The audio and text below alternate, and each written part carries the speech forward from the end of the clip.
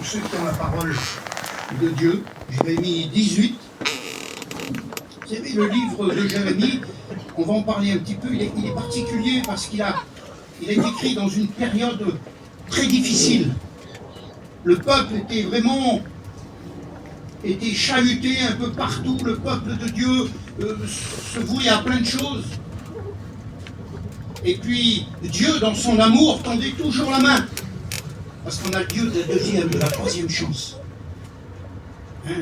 Et Dieu parle, il prévient, mais il tend toujours la main. C'est beau l'amour de Dieu. Hein? Quand Dieu nous dit, nous des fois on a du mal un petit peu, ah ben oui, mais lui, il commence toujours pareil, et puis elle, ça fait 30 fois qu'on lui dit, ben oui, mais si c'était moi qui étais dans la position, vous savez, tout le monde n'est pas des étoiles qui brillent dans le ciel. On a du mal à vivre notre vie chrétienne. C'est difficile. Et quand on remporte une victoire, ah, qu'est-ce qu'on est bien. C'est dire, j'ai réussi. Un homme, un jour, il m'a dit, moi, vous êtes tranquille les pasteurs, vous vous battez jamais. Je dis, comment? Mais je dis, je me bats beaucoup plus que toi, mon frère. Il me dit, mais je dis, tous les jours, je me bats avec le diable. Et je suis heureux le soir quand j'ai remporté la victoire. Que je me sens bien. Oh, mon Dieu. Un chrétien, c'est un chevalier. Un chrétien, c'est un homme qui combat. Vous savez qu'un chevalier, c'est un homme qui est anobli par un roi. J'ai vu un film qui m'a béni, j'en ai fait une prédication d'ailleurs. C'est le Kingdom of Heaven. Ça veut dire royaume des cieux. C'est Jérusalem. Et puis à la fin, il ne reste plus que cet homme. Puis même l'homme d'église lui dit, mais t'as pas de chevalier? Et il dit, pardon? Il fait agenouiller tout le monde qui est là. Et il prend son épée. Et puis il dit, tous ceux qui ont force de porter une arme, agenouillez-vous. Et là, il les anoblit. Jésus a fait comme ça. Il n'y avait plus le droit d'aînesse comme les Juifs d'avant qui avaient les successions de bénédiction. C'était le premier-né qui avait ce droit d'aînesse de porter la parole. Maintenant, c'est tous ceux qui sont capables de dire un mot. Il y a même des gens qui ne parlent pas, qui sont chrétiens. Et ce qu'ils ne peuvent pas dire, ils le vivent. Et vous savez ce qu'il fait? Il les fait mettre à genoux. C'est magnifique, ça. Et puis à la fin, et ça c'est réel, ça se passait comme ça. Il lui met un soufflet, ça s'appelle une petite baffe comme ça. Et le sang lui coule. Et il dit cela pour pas que tu n'oublies. N'oublions pas, nous, qu'on a été anoblis par le roi des rois. Il ne faut jamais qu'on oublie que le sang de l'agneau nous a bénis, nous a purifiés. Et a fait de nous des combattants pour Dieu. Des petits Christ. C'est beau, ça. Regardez, un chrétien, c'est pas rien. Alors, on rentre dans le message. C'est le moment propice pour prendre des décisions, pour prendre des engagements, pour délaisser ce qui nous a affaiblis, ce qu'on a loupé dans notre vie. On va recommencer cette année. Jérémie 18. Voici la parole adressée à Jérémie par l'Éternel. Lève-toi et descends à la maison du potier. Là, je te ferai entendre mes paroles. Je suis descendu à la maison du potier et j'ai vu qu'il façonnait un objet sur un tour. Mais le vase d'argile qu'il façonnait ne donnait rien dans sa main. Alors il a recommencé un autre vase en le faisant comme il lui plaisait. Amen. Pas compliqué comme verset. Alors, voici la parole adressée à Jérémie. Vous savez, Dieu parle tantôt d'une manière et tantôt d'une autre. Mais surtout, Dieu parle toujours. Mais le problème, c'est que nous, on n'entend pas toujours. Alors Dieu parle le plus simple du monde, justement pour pas qu'on dise « Ah ben je n'avais pas compris, Seigneur ». Parce qu'on cherche. Toujours, l'être humain cherche toujours à se cacher derrière une excuse, derrière de dire, ah ben, je ne l'avais pas vu comme ça. Eh bien, demande, et on va te répondre. Ça, et on va t'ouvrir. Celui qui cherche, ben, il trouve. S'il y a quelque chose que tu ne comprends pas dans la parole de Dieu, tu rentres chez toi, tu vas dans ta chambre, tu prends ta Bible, et je te promets que le Seigneur va te... Regardez, il dit à Jérémie, je te ferai entendre. Vous savez, quand Dieu parle, croyez-moi qu'on est obligé d'entendre. Un jour, j'en ai fait cette expérience, moi. Je rêvais, comme j'étais appelé pour servir Dieu. Et puis, Dieu m'a montré deux tableaux. J'étais dans une petite église. Il y en avait un que c'est lui qui avait fait, le diable avait fait le même. Mais moi, je voyais à travers celui que le diable avait fait. C'est comme s'il était transparent. Et celui que Dieu avait fait, il était vrai, il était solide. Il me disait lequel qui est vrai. Ben, je disais, c'est celui-là. Ben, il me dit, va leur dire.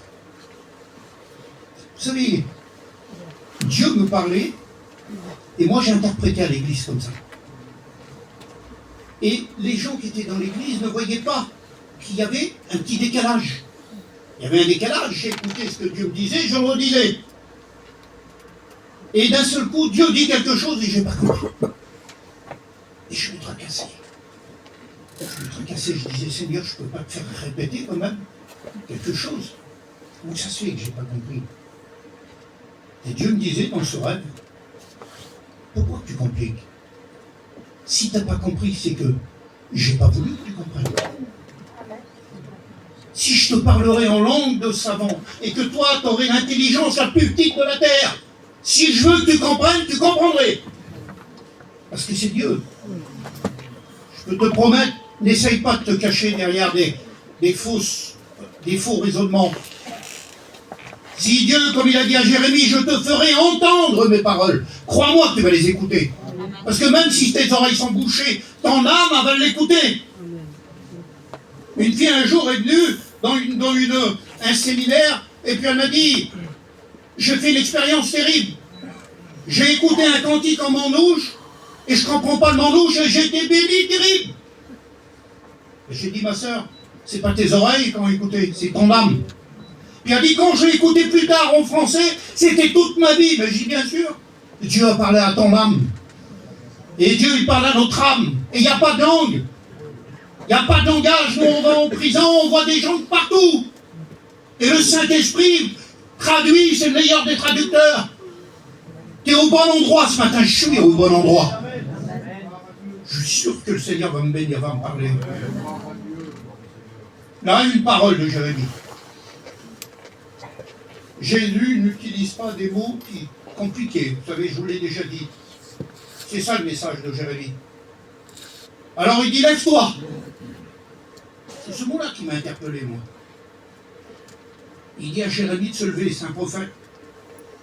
Et puis il lui dit, descends. Va dans la maison du potier, vous le connaissez, puis là, je te ferai entendre mes paroles. Alors moi, je ne sais pas, c'est pas écrit dans la Bible, mais si Dieu dit de nous lever, c'est qu'on n'est pas debout. C'est une logique. Dans la parole de Dieu, il y a des logiques comme ça. Si on dit à quelqu'un, lève-toi, il y a une femme dans la Bible, dans le Cantique des Cantiques, elle dit, sur ma couche pendant la nuit, j'ai cherché celui que mon cœur aime. Je l'ai cherché, je ne l'ai pas trouvé. Ben, il y a une logique, elle est couchée. Comment voulez-vous qu'elle trouve quelqu'un? Et là, elle a compris. Elle dit, alors, je me leverai. C'est déjà une meilleure position pour trouver. Hein. Peut-être que tu es à genoux dans ta vie chrétienne, peut-être que tu es assis. Alors, quand on est assis, il y a une chose qui est terrible, on regarde tout le monde. On regarde se mettre sur une chaise. Et puis on regarde, t'as vu lui là? Oh, qu'est-ce qu'il écrit fort. Mon Dieu, t'as vu le serviteur là, je ne peux plus l'écouter. Il dit toujours pareil. On devrait prier pour le serviteur. En priant pour le serviteur, en réalité, on prie pour nous. Seigneur, bénis-le. Ça m'arrive des fois, moi, que Dieu pardonne quand je vois des garçons qui ont du mal. Je prie pour eux, je dis, Seigneur, bénis-les. Donne-y un coup de main. Vous ne voulez pas donner un coup de main à votre frère? Quelqu'un qui souffre, quelqu'un qui souffre, qui a un poids sur ses épaules. Vous vous rendez compte l'importance de la parole de Dieu? C'est pas rien d'apporter la parole de Dieu. Un mot peut changer une vie. Tu peux être rentré affaibli, problème dans ton foyer, problème dans ta famille, puis ressortir avec la victoire. Amen. Alors priez pour celui qui parle. Aidons-nous, frères et sœurs. On a besoin les uns des autres. On a besoin, même si tu n'as pas chanté ce matin, même si tu n'as pas témoigné, je te l'ai déjà dit ici. Moi avant, je ne voulais pas aller des fois à la convention. Je dis, j'y vais pas, on ne sert à rien. C'est toujours les mêmes qui prêchent. C'est toujours, moi je suis utile. Mais quand on dit ça à Dieu, qu'on pose des questions comme ça à Dieu, croyez-moi qu'il répond. Puis il nous fait comprendre, il nous fait entendre. J'étais dans mon église à Dordive, elle était bourrée, pleine comme ce matin. Ah, puis je dis, ça m'encourage. Je suis content de vous entendre. Et je le dis, même si tu n'as pas chanté, même si tu n'as rien fait, tu es là, ça m'encourage à moi. Et tout de suite, Dieu m'a parlé dans mon cœur, elle m'a dit, pourquoi tu ne vas pas à la convention, là, toi? Et j'ai compris, frères et sœurs, que même si je ne fais rien, ma place est là. Pour encourager mes frères. On a besoin de s'encourager les uns les autres. Vous croyez que c'est facile d'apporter des messages? Vous croyez que c'est facile de parler d'une chose aussi importante? Ah, si on parlerait d'un voyage, je pourrais vous en parler des heures. Puis avec moins d'émotion, parce que la parole de Dieu, c'est vrai, c'est vivant. Alors ça peut donner la vie, ou alors ça peut bloquer quelqu'un. Alors on se prépare, nous. On a besoin que vous aussi, vous vous préparez à nous écouter. Alors au nom de Jésus, prions ce matin les uns pour les autres. Voilà, alors Dieu dit à Jérémie, lève-toi. La situation de Jérémie, il ne devait certainement pas être debout. Parce que Jérémie a exercé son ministère pendant que le peuple de Dieu allait au plus mal. Israël allait au plus mal. C'est une période qui était extraordinaire. Et combien de fois Jérémie était découragé? Il voulait même arrêter. Il y a des moments où il dit, je ne vais plus, je ne parlerai plus, c'est fini. Et après il dit, je ne peux pas, c'est un feu dévorant dans mon cœur. Il est embêté. Vous savez ce qu'il a écrit comme livre qui vient après? Les lamentations de Jérémie. Tellement qu'il a souffert. Et je vous dis, frères et sœurs, on vit des temps difficiles. On est revenu pratiquement au temps de Jérémie. Le peuple va mal. La parole de Dieu, on a du mal à l'assimiler dans nos vies. On ne discute pas la parole de Dieu. On désobéit, t'es libre. Et obéir, mais on ne discute pas la parole de Dieu. On discute maintenant des versets. On cherche des pasteurs qui disent comme nous là-bas, ah lui là-bas, il n'est pas pareil. Faisons pas ça, frères et sœurs. Vous savez qu'il y a un homme dans la Bible, il avait le droit de porter l'arche. C'était une famille qui descendait des Lévites et qui était choisie pour porter l'arche. Mais lui, s'il a fait une erreur, il a touché l'arche. On porte la parole de Dieu, on la chante, on la prêche, on la témoigne, mais on n'y touche pas la parole de Dieu. Cet homme a resté figé sur place. Il s'appelait Uza. Et cet endroit où il est tombé, on l'appelait Péré-Uza. Péré veut dire brèche, Uza veut dire force. À cet endroit-là, David a eu une brèche dans sa force. Il fut troublé. Le verset d'après, il a eu peur. Vous vous rendez compte, cet homme, tueur de géants, un homme selon le cœur de Dieu, à cause pourtant c'était le roi, il savait la loi, il la connaissait, c'est lui qui la faisait respecter. Et bien à cause de ça, brèche dans la force, fut troublé, il eut peur. Regardez la dégringolade de David. Il refuse l'arche. Il dit, l'arche, je ne pourrais pas la prendre chez moi. Comme si on aurait peur de la Bible. Vous avez peur de la Bible? Vous imaginez qu'un jour, ah non, j'en veux plus. Il la donne à un homme qui vient de Gath, Obed d'Édom, de Gath. C'était la famille du géant qu'il avait tué, son ennemi. Il livre la parole de Dieu à l'ennemi. Regardez la dégringolade. Et la Bible nous dit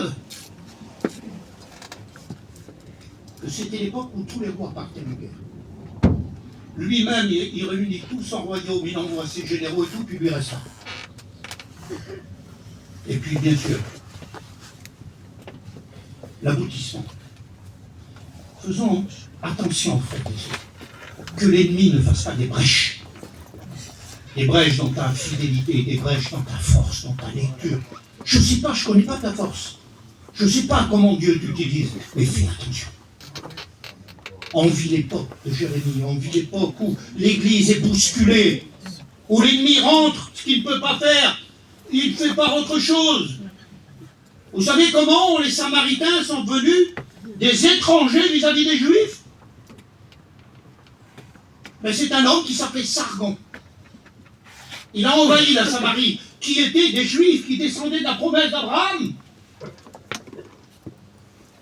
Et il a envahi la Samarie, et puis il a voulu leur faire renier leur Dieu, bien sûr, ils n'ont pas voulu. Mais il a usé de malice. Il a déporté, d'ailleurs, dans Jérémie, on va le voir, il a déporté des colons à Babylone, et il a fait venir des colons de Babylone et d'Hamath.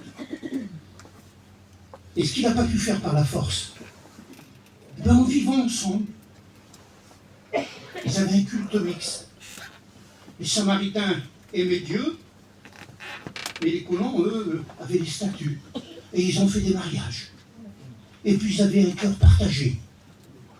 Et d'enfants légitimes, ils sont devenus des étrangers. Quelle peur de devenir un étranger pour Dieu.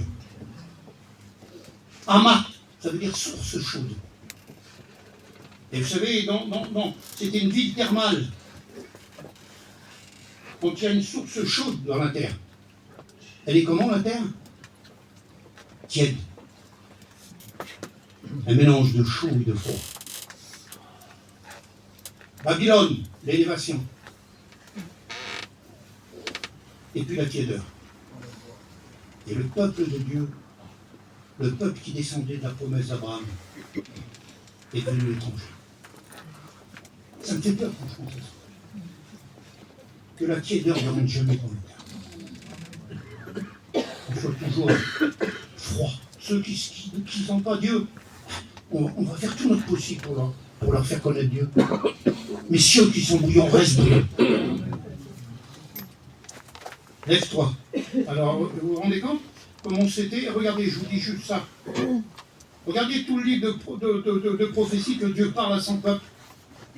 Et puis il y a un mot qui vient toujours avant, il dit à Jérémie, quand il lui montre, « Que vois-tu, Jérémie ?» Seigneur te le dit ce matin. Tu ne voudrais pas regarder ta vie? Que vois-tu dans ta vie qui ne va pas? Ou que vois-tu ce qui est ton point fort? Parce que dans cette nouvelle année, il va falloir que tu augmentes le point fort, moi je le fais pour moi, et puis que je diminue le point faible. Ça nous appartient, ça. Que vois-tu, Jérémie? Alors à la place de Jérémie, mets ton nom. Moi j'ai mis le mien. Regardez, Jérémie 1, 11, première parabole, métaphore, comme vous voulez. Il parle d'une branche d'amandier. Dieu mettra ses menaces de punition à exécution. Il prévient. Jérémie 1, 13, il fait voir une marmite bouillante orientée vers le nord. Deuxième prophétie. Puisque le peuple a bénéficié d'écouter Dieu, il est devenu inutile et bon à rien. Il a refusé d'écouter Dieu. Quand on refuse d'écouter le conseil de la parole de Dieu, on ne sert plus à Dieu. Dieu ne se sert plus de nous.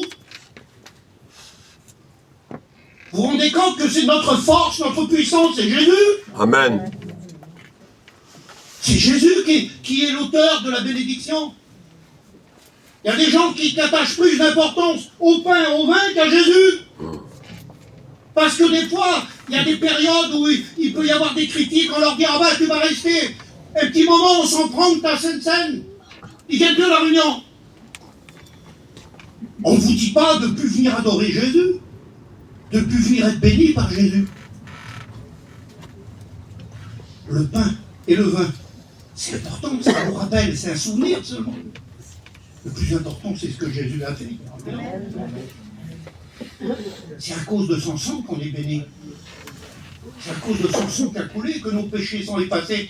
On aurait pu prendre tout le pain de la terre. Je l'ai dit l'autre jour à une femme, ah bien, mais je ne prends plus ma Sainte Seine, je ne viens plus. Mais si tu ne viens plus vers Jésus, tu pourrais prendre toutes les Saintes Seines de la terre si ta vie n'est pas en accord. Et c'est pas ça qui va te bénir. Viens et demande pardon à Jésus. Amen. Et puis tu reprendras ta Sainte Seine. La Sainte Seine est moins importante que Jésus quand même. Alors il y a des gens encore pires. On leur dit, ben, tu ne vas pas chanter pendant quelque temps. Je ne viens plus, je ne chante plus. Alors ton cantique est plus important que Jésus. Le centre de la réunion. C'est Jésus. Alléluia. N'oublions jamais ça. Même si on dirait toute ta vie, tu ne prendras pas le pain et le vin, tu ne viens pas chercher. Tu apportes un culte à Dieu. Justement, tu as un problème, tu ne prends plus la Sainte Seine, mais ta présence est encore plus importante que les autres. C'est là que tu as le plus besoin de Jésus. Et les malades qui ont besoin de médecins. Ne pas confondre, on attache plus d'importance à la prédication qu'à Jésus. Ah, comment c'était beau la prédication. Tant mieux que c'est beau, mais il faut que ça soit bon. Il faut que ça fasse prendre des décisions. Tout n'est pas basé, le pasteur, c'est pas Jésus. Vous voyez comment on interprète à l'envers? Mais ça, vous savez, c'est important. Là, il y a 9. Je ne vais pas toutes les citer, je vous répète non. Il y a 9 paraboles, métaphores. Moi, j'en ai choisi une, celle du potier. Mais je comprends pourquoi Dieu lui dit, lève-toi. Jérémie avait ce combat. Certainement que tu as un combat dans ta vie. Pourquoi je te dis ça ce matin? Parce qu'il ne faut pas que tu restes dans ta faiblesse. Il ne faut pas que tu restes en position de vaincu. Tu es vainqueur. Amen. On est des vainqueurs. Amen. Pourquoi? Parce qu'on est fort? Non, c'est parce que Jésus a vaincu pour nous. C'est lui qui a écrasé l'ennemi. Alors je me mets du côté du vainqueur derrière mon maître. Et puis il lui dit, descends, vous connaissez. Alors, je passe ça, et on comprend pourquoi Jérémie peut-être était assis. Puis, j'aurais pu prendre n'importe lequel des paraboles. Moi, j'en ai choisi une qui m'a parlé. J'ai commencé. Puis voilà. Lève-toi et descends dans la maison du potier, et là, je te ferai entendre mes paroles. Ce matin, en venant ici, j'ai appelé un petit couple qui passe dans la tourmente en ce moment, et j'aurais voulu qu'ils soient là. Je ne sais pas s'ils sont là, mais c'est pas le temps de regarder tout le monde, mais j'aurais voulu leur dire, restez pas dans une position de vaincu. Levez-vous, affrontez l'ennemi. Donnez pas raison à l'ennemi. On fait face. Ce que David n'a pas su faire. Il n'a pas gardé ce qu'il a reçu de Dieu. Toi, tu viens avec ton arme importante pour me faire peur. Moi, je viens au nom de l'Éternel. Amen. Et puis le géant qu'il a laissé grandir en lui par le doute, la peur, la crainte, ben celui-là, il n'a pas pu le battre. Laissons pas grandir des géants en nous. Qui n'arrivent pas tout seuls, appelle tes frères, appelle tes sœurs. On est l'armée de Dieu. Et puis, encore une fois, Dieu nous appelle son. Alors voilà, Jérémie répond, je suis descendu à la maison du potier et j'ai vu qu'il façonnait un objet. Il dit c'est un objet, il ne sait pas exactement. Sur un tour. Et là, après, il dit, mais le vase d'argile, ça, il a compris que c'est un vase. Vous savez, des fois, on ne comprend pas toujours, et un frère l'a cité tout à l'heure. Le Seigneur a des plans pour nous. Il veut faire de notre vie quelque chose de beau. Il veut nous façonner. Et Et on ne comprend pas toujours, alors on dit qu'est-ce qu'il veut faire de moi? Je me plains devant Dieu, parce qu'on cherche trop loin. On complique. Compliquons pas, frère. Je vous l'ai dit tout à l'heure, sœur, pareil. Si Dieu veut qu'on entende, il va nous faire entendre. T'as pas compris maintenant? Attends un peu. Puis tu vas voir, tu vas comprendre tout de suite. Il ne donne rien dans sa main. Alors je cherchais, je me disais comment ça se fait que le vase il a cassé, parce que le potier n'avait qu'une main. Vous savez, là il y a 3 points importants. L'argile qui représente notre vie, à nous, la matière qu'on apporte. Le tour qui représente notre travail. Et le potier qui représente Dieu, bien sûr, et Jésus. Mais notre travail, si Dieu n'a pas les mains dessus, on n'ira pas bien loin. Ouais. Comme ce vase. Ça ne donnait rien, pourquoi? Parce qu'il n'avait qu'une main. Je ne sais pas si vous avez vu un potier, il ne peut pas travailler avec une main, un vase. Vous savez ce qu'il fait? Il met une main à l'intérieur et une autre main sur l'extérieur. Béni soit Dieu. Et avec le tour, il se forme quelque chose. Le Seigneur, il faut qu'il travaille nos cœurs et l'extérieur. Amen. Alors, s'il n'a qu'une main sur l'extérieur, notre vie va donner quelque chose, une forme, mais ce sera une forme d'extérieur. Est-ce que Jésus reproche aux pharisiens, il dit vous soignez l'extérieur, mais l'intérieur, ça ne vous intéresse pas, vous? Vous savez, il n'y a pas de... On dit toujours l'intimité, l'activité. Il n'y a pas d'activité sans intimité. C'est possible. Ça ne va pas durer. Si on travaille pour dire de montrer l'activité, montrer que l'activité, s'il n'y a pas l'intimité, ça ne dure pas. On va se fatiguer. On va arrêter. C'est ce qui est caché. C'est l'intimité avec Dieu qui montre l'activité. Le potier, il a ses 2 mains sur nous. Il travaille en même temps. Il ne travaille pas une main puis qu'il arrête, l'autre main et qu'il arrête. Non, c'est les 2 mains en même temps. Vous regarderez un potier comment il travaille. Il travaille à la fois à l'intérieur et il travaille de l'extérieur. Et puis ses 2 mains, quand il se rapproche comme ça, c'est ce qui donne de la force. C'est ce qui donne de la forme. Que notre vie ait une belle forme. Et là, le potier n'avait qu'une main. Ben oui, parce qu'Israël, elle n'écoutait pas, l'intérieur n'allait pas. Alors automatiquement, ça a cassé, parce que cette parabole est faite pour Israël. Mais elle est bonne pour nous ce matin aussi. Il y a le tour. Le tour, c'est l'action. Même si le potier met ses 2 mains, s'il n'y a pas le tour, s'il n'y a pas l'action, il n'y aura pas de forme. Notre vie à nous, même si Dieu a les mains sur nous, qu'on est béni, il faut que notre vie soit en action. Je ne sais pas ce que Dieu t'a dit de faire, si c'est simplement de mettre une fleur, mais c'est le fait de la mettre en action que tu es sur le tour. Et que le Seigneur donne forme à ta vie. Commence par une petite fleur, puis ça peut aller loin dans ton travail. Ne crois pas que de donner ton petit prospectus. On voyait avant sur les autos, sur les parkings comme ça, quand on sortait de la réunion, il y avait souvent c'était les sœurs. Ils mettaient des petits prospectus comme ça, des petits traités.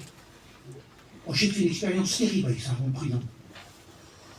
Un jour, un homme, il est venu, je l'ai croisé c'était à Oni, là. Il me dit, il faut que je te parle. Viens dans ma cellule, il donne sa position. Puis j'attends un petit moment qu'il ait fini son travail qu'il faisait, puis j'ai été le voir dans sa cellule, il m'a dit, tu sais, je ne suis pas du tout chrétien, moi, mais il faut que je t'explique ça. Il dit, je viens d'une prison qui était toute neuve, avant Oni, et il dit, pour sortir de ma cellule, j'ai demandé à travailler au jardin dehors. Alors j'ai fait un trou pour planter une fleur, et j'ai tombé sur un petit verset. Et il dit, c'était toute ma vie. Mais il dit, c'est pas possible. Un traité dans la terre, ça se détruit. Alors je vais voir la directrice. Et j'y ai dit, madame, j'ai creusé un trou, puis j'ai trouvé, voilà le papier. Et la directrice, elle a dit, cherchez pas. Avant qu'on construise la prison, là, c'est une prison neuve, elle dit, il y avait une mission évangélique qui venait tous les ans ici. Peut-être que la sœur ou le frère qui a dit, ça ne sert à rien mon petit potier là. Même dans la terre, ça donne la vie. Parce que c'est la parole de Dieu. Ne néglige jamais le travail. S'il y a Dieu derrière, vous croyez que la personne qui a donné le prospectus à la sœur là, on en parle le prospectus, c'était peut-être quelqu'un de découragé et qui l'a dit, oh, c'est la dernière fois que je le fais. Et qui l'a donné à la sœur là. Et derrière, il y a eu tout le réveil de notre vision. Le prospectus. Alors Jésus a changé. Est-ce que Dieu n'aurait plus les mêmes facultés? Mais un mot de Dieu, un petit prospectus de Dieu, avec le Saint-Esprit dedans, mais ça fait un réveil. C'est important. L'argile, bien sûr, c'est notre vie. C'est important de donner. Le petit garçon, il a donné peu. Il l'a mis entre les mains de Jésus. Et puis des milliers d'âmes ont été rassasiées.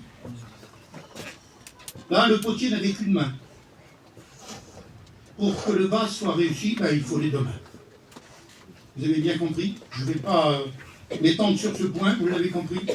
Comme il l'a dit, une à l'intérieur, extérieur. Il faut soigner notre vie complète.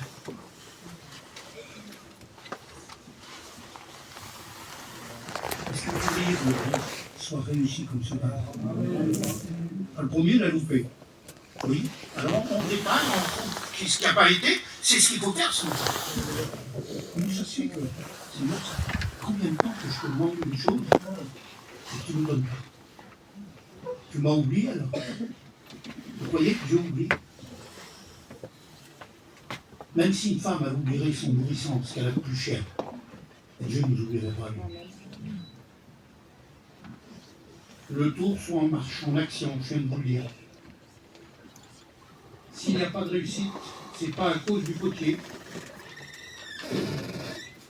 J'ai marqué un autre point qui est important. Moi. Vous savez, il y a des fois, il y a des choses qui ne nous réussissent pas dans notre vie, nos engagements, notre ministère part, je ne sais pas. C'est parce que c'est pas toujours à cause que le potier avec une main, là. Là, on parlait de Dieu, hein. C'était Dieu qui nous bénissait. Il y a une autre cas pour empêcher des fois la réussite. Et c'est à cause de l'argile. Seigneur, le vase est sur le tour, le potier a ses deux mains, mais dans l'argile, vous savez ce qu'il peut y avoir? Des petites impuretés. Une petite pierre. Et tout est réuni pour avoir une réussite. Mais à cause de ce petit caillou qui est là, cette petite pierre, quand le potier fait pression, ça va pas.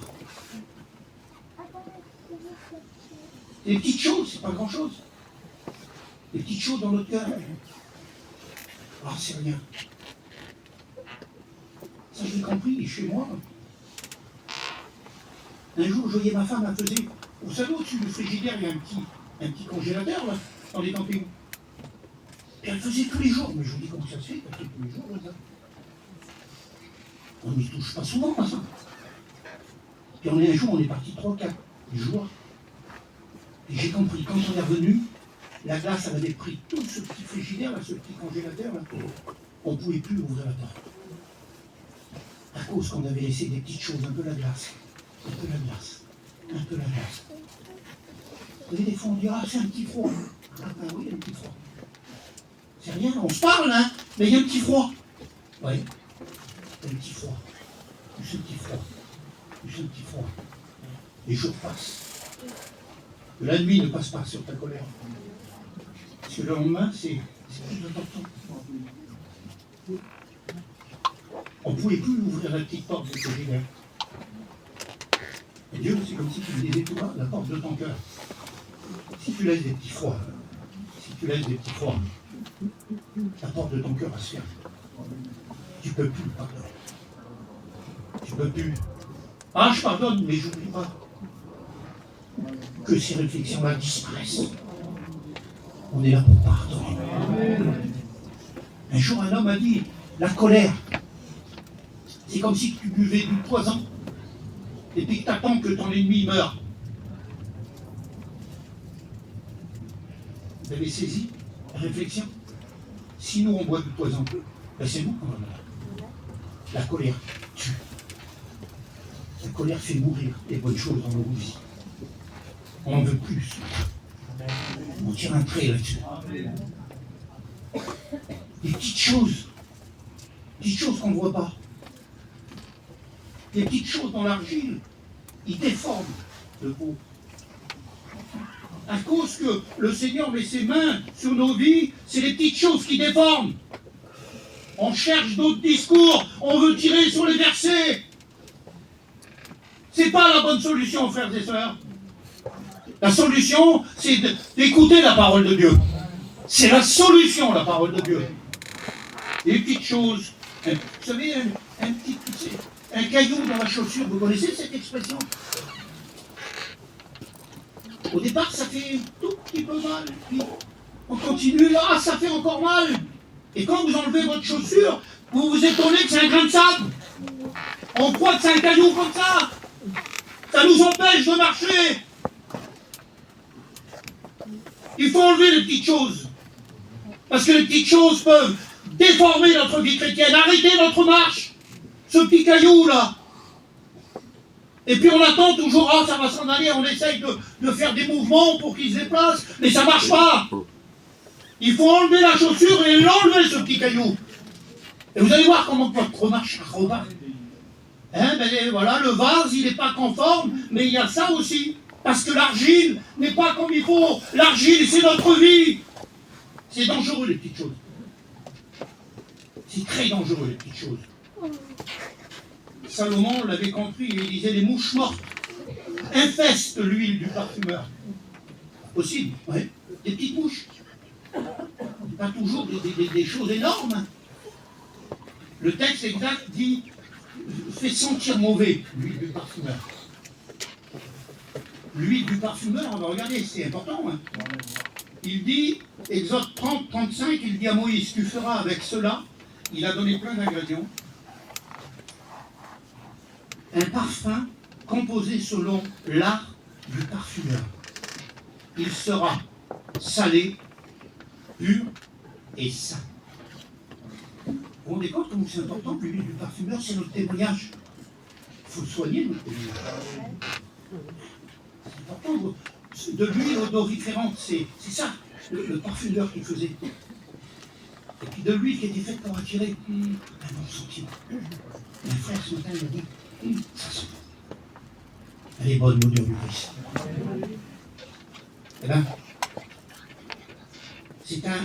c'est selon l'art, c'est une œuvre d'art. Est-ce que tu sais que ton témoignage, c'est une œuvre d'art? Que les gens du dehors, ils ne vont pas te le dire. Ils vont même te critiquer. Mais en derrière, ils disent, moi, quelle beauté le Dieu. Que c'est beau. Ils envient, mais ils ne peuvent pas.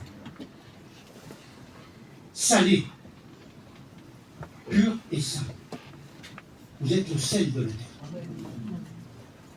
Vous savez, le sel, on lui trouve plein de qualités, le goût, etc., etc. Mais moi, j'en ai pris qu'une.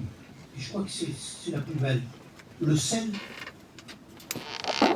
il fait garder l'eau.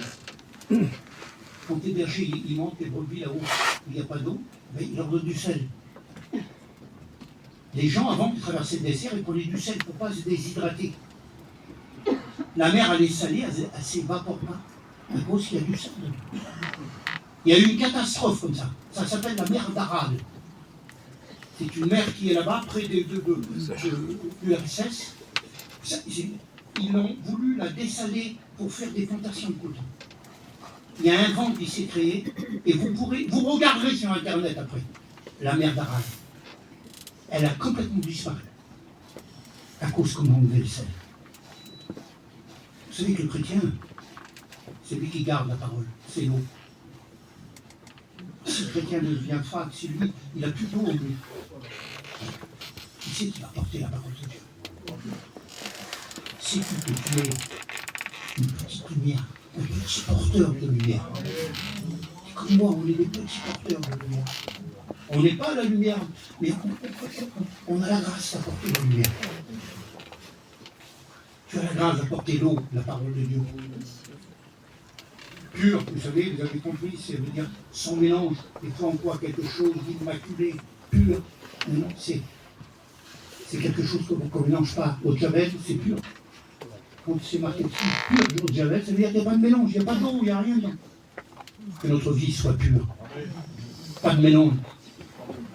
Et saint, regardez, j'ai marqué ça. Saint, c'est toute personne ayant accepté le sang de Jésus versé à la croix comme nécessaire et suffisant pour effacer ses péchés. Tu es rendu saint. Tu n'es pas saint. Saint au personnage. Mais il y a aussi cette définition qui est belle. Personne mis à part pour les desseins particuliers de Dieu. C'est ça une personne qui est sainte. Et mis à part pour exécuter la volonté de Dieu. Il va faire un vase. Mais un vase, pourquoi faire? Pour mettre des choses du monde dedans? Non, ça ne va pas. Ça. Il fait un vase pour que tu portes les bonnes valeurs de l'évangile. C'est conforme à la parole. Et puis, voilà la parole du potier. Je vous ai dit tout à l'heure sur les 13 petites paraboles, là, il y avait une petite... mais là, il y a aussi une définition que Dieu aurait pu reprendre sévèrement son peuple, pécheur, s'il ne veut pas réussir. Il aurait pu réussir ce vase. Mais il l'a appelé à changer d'attitude avant qu'il soit forcé d'exécuter le jugement. Mais Dieu peut faire ce qu'il veut, il peut tout de suite se retirer de nous. T'as péché, t'as désobéi, moi je le retire de tout. Je te l'ai dit, ça n'est pur sang. Mais Dieu pas comme ça. Alors qu'est-ce qu'il fait? Jérémie 18,4. Alors il a recommencé un autre vase en le faisant comme lui, ça lui plaisait. Ce matin, il ne veut pas nous faire un juge. Il veut qu'on recommence. La première année, c'est le premier culte. On n'a pas un Dieu qui pointe un doigt comme ça. On a Dieu qui nous prend la main. Je vais refaire un vase avec. Ça me plaît, moi, ça. Façonner. Il le façonne comme lui. Il lui plaît. On ne va pas donner des ordres à Dieu. Fais-moi comme ça, fais-moi comme ça. Seigneur, envoie-moi là-bas. Je travaille bien, et puis il fait beau, puis si on est au bord de la mer. C'est pas ça. Il faut m'envoyer dans les prisons. Moi. Un bel endroit, hein. Et si vous sauriez les bénédictions que j'ai en prison. Je suis content. Seigneur, tu as fait de moi un vase, tu m'as dit tout ça, que je t'ai obéi et tout, puis tu m'emmènes en prison? Ben oui. C'est moi Dieu. Et moi je fais ce qu'il me plaît. Eh ben, j'ai dit parle Seigneur. Quand ça écoute. Question des bandits. Il y en a d'autres qui sont dans des endroits plus beaux. Il y a des garçons qui sont dans les hôpitaux. Ils voient que des malades du matin au soir. Et hier matin, on a vu encore un garçon. Moi j'ai vu un garçon. Je peux dire son nom, un famille Feltin. Il était vraiment pas bien. Il était à genoux, il se donnait à Dieu, il pleurait. Je sais qu'à la minute là, il était vrai, mais il a une grosse faiblesse, son vase, il n'est pas terrible. Alors quand je suis parti, j'ai prié parce que ça fait quelques jours que je faisais ce message, j'ai dit Seigneur, casse-le ce vase. Et puis refais un vase, même plus petit, pas terrible, mais qui soit pour toi. C'est pas toujours des gros vases sculptés d'or, tant mieux pour ceux qui sont comme ça. Mais un petit vase au service de Dieu, c'est quelque chose de terrible. Façonner, c'est mettre en œuvre, travailler une matière en vue de lui donner une forme particulière. Le Seigneur veut donner une forme particulière à ta vie, à ton ministère, à ce qu'il t'a appelé. Une forme particulière. Que si même je te la dirais, tu n'y croirais pas. Conforme, ça veut dire, regardez, c'est donc de la forme semblable à celle d'un modèle. Et c'est quoi notre modèle à nous? Notre modèle, c'est pas Jésus. Quand je veux que ma vie ressemble au petit, bien sûr, et à Jésus. Notre vie conforme à l'Évangile. Il a recommencé à notre vase comme il lui plaisait. Nous, ce matin, il nous dit de le laisser recommencer son œuvre en nous, comme ça lui plaît. Vous êtes prêts? Vous êtes d'accord ou pas? Mais attention, c'est pas moi qui vous le dis. C'est Jésus. Il va reprendre l'argile, souvent on délaisse un peu. Ou alors, vous savez, quand le potier enlève ses mains du vase, il est obligé d'arrêter le tour. Parce qu'autrement, le vase, il tombe. Alors peut-être que tu ressens moins la présence de Dieu, c'est comme si tu avais un petit peu éloigné ses mains. Il a arrêté le tour. C'est-à-dire que ta vie n'est plus en action. Tu cherches, tu t'arrêtes. Il y a des moments comme ça où on stagne. Hein? Tu dis que Seigneur, on m'a appelé pour aller là-bas, pour faire ci, pour témoigner, maintenant je ne peux plus. Oui, mais si le Seigneur fait ça, c'est pour bien. Il est obligé d'arrêter le tour. Parce qu'il ne veut pas détruire ce qu'il a déjà construit en toi. Alors, tu prends une décision et puis le Seigneur va remettre ses mains sur toi. Mais il va rallumer le tour. Il va refaire retrouver. Ta vie va reprendre de la vie. Ta vie va reprendre une forme. Notre vie façonnée par Jésus, conforme à l'Évangile. Romains 12, 2. C'est une petite mise en garde. Je ne sais pas pourquoi je dis petite, parce que c'est celle qui détruit tout en ce moment. Ne vous conformez pas au siècle présent, mais soyez transformés par le renouvellement de l'intelligence, afin que vous discerniez quelle est la volonté de Dieu, ce qui est bon et parfait. Ne vous laissez pas, ne vous conformez pas au siècle présent. C'est terrible. Alors c'est quoi se conformer au siècle présent? Se conformer, c'est faire comme le monde. C'est subir la mode actuelle. C'est chercher à plaire au monde actuel. Chercher à plaire aux autres plutôt qu'à Dieu. C'est bien la mode. Oh, on n'est plus dans le siècle présent. Oui, mais faites attention à la mode. Parce que les autres le font, ça y est, tout le monde veut le faire. Il y a des modes comme ça. Ah, on va là-bas. T'as vu, lui, il a été passé les Noëls là-bas. Que Dieu le bénisse. Je ne suis pas du tout contre ça, moi. Et faisons attention que ça ne prenne pas la place de Jésus. Je préfère que ma vie soit conforme à Jésus plutôt qu'au monde. Je ne veux pas me conformer au monde.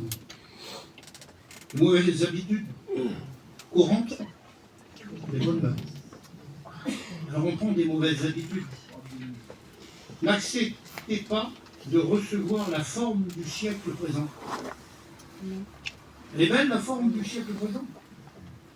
On n'est plus étonné de rien. C'est grave, ça, frères et sœurs. T'as vu un tel? Il a fait ça. Ah oui. Mais c'est une catastrophe. Je ne veux pas rentrer, je ne suis pas du tout comme ça, moi. Mais je suis quand même alerté par certaines choses. Il n'y a plus rien qui nous étonne. Je ne veux pas rentrer, mais il y a des choses qui ne se passaient pas dans notre peuple avant. Et que depuis une vingtaine d'années, ça se passe. Et tout le monde ferme les yeux. Et le plus beau, c'est que on appuie un petit peu, oui, mais t'as-tu, maintenant on ne peut pas toujours vivre comme ça, non? L'évangile n'a pas... Il n'y a pas de mode dans l'évangile. Amen. Si tu veux des loisirs, tu as raison. On fait-le comme un chrétien. Dans ton vase que le Seigneur a formé avec ses mains, tu ne peux pas mettre n'importe quoi dedans. Et je ne veux même pas rentrer dans les détails, mais on ne met pas n'importe quoi dans le vase. Hein?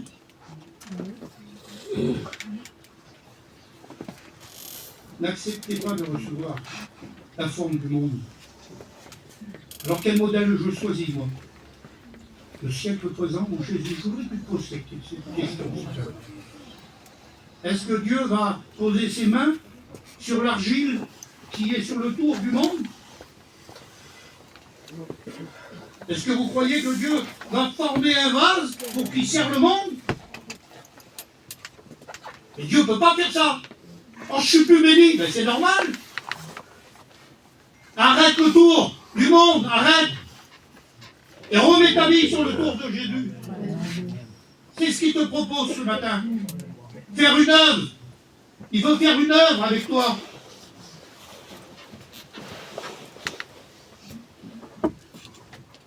Moi, je voudrais que ça soit une prière, je vais m'arrêter là.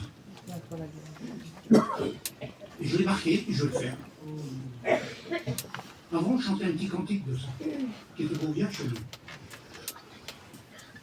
Je voudrais qu'on le chante. Celui qui veut le faire, celui en signe d'acceptation, de dire dans ton cœur, hein, c'est pas moi, moi je vais le faire.